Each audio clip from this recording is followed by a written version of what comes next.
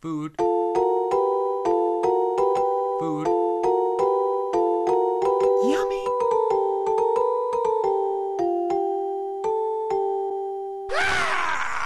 Yummy.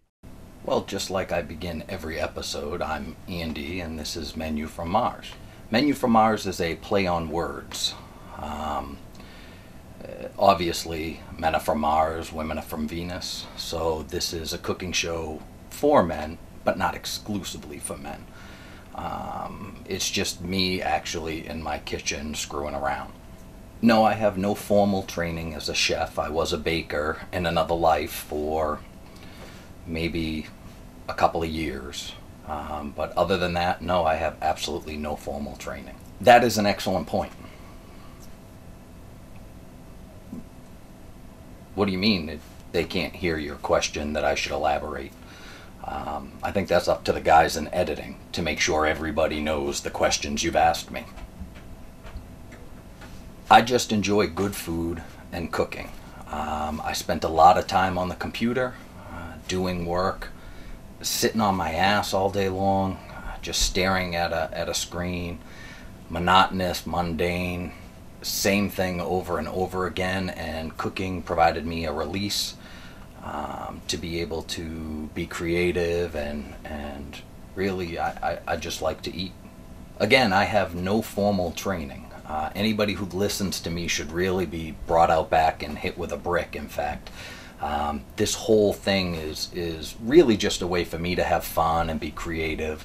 I sold my business. I really have nothing to do anymore. So what I'm doing is putting together recipes that family and friends have asked me for. Almost everything you see on this show, if you can call it that, is simply something I have made for friends and family or myself over the past few years that I've been asked for the recipe for. Literally 60, 70, 80 different recipes. I get asked to make these things for parties, for family get-togethers. So I thought this would be a neat, funny way that I could get these out to the people that want them. But no, I've never gone to school. I've never had any training. I've never been a chef in a restaurant. So don't listen to me, and certainly don't try this at home. I don't want to get sued if you screw up and hurt yourself or poison your whole family. Again, not an expert. Cook meat by what experts tell you to cook it by, not me. I can't afford to get sued. I'm unemployed. It's just fun. It's more to entertain me and a couple of people that know me. There's a lot of private jokes in the show that the general public just won't get. The first couple, 3 episodes were the first things I did. They're not going to be too funny. This is a cooking show. It's not a comedy.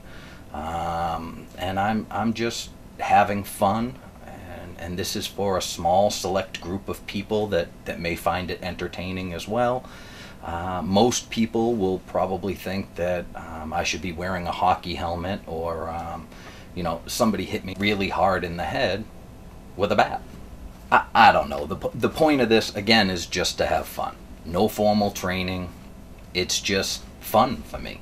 I love good food. I love food of love. Things that take hours and hours to make are always taste the best. Things that are made homemade with homemade things. When I do my ribs and I do my pulled pork, I use homemade beer in the water tray. It's things like that. I put homemade barbecue sauce on it. Yes, could I run to the store and get a decent barbecue sauce? Absolutely. But it's the little things. It's the routines. It's every little step that you take that actually ends up making a product go from tasting good to tasting absolutely great. And I think that's why people, when they come to my house or I bring food elsewhere, think that it's good.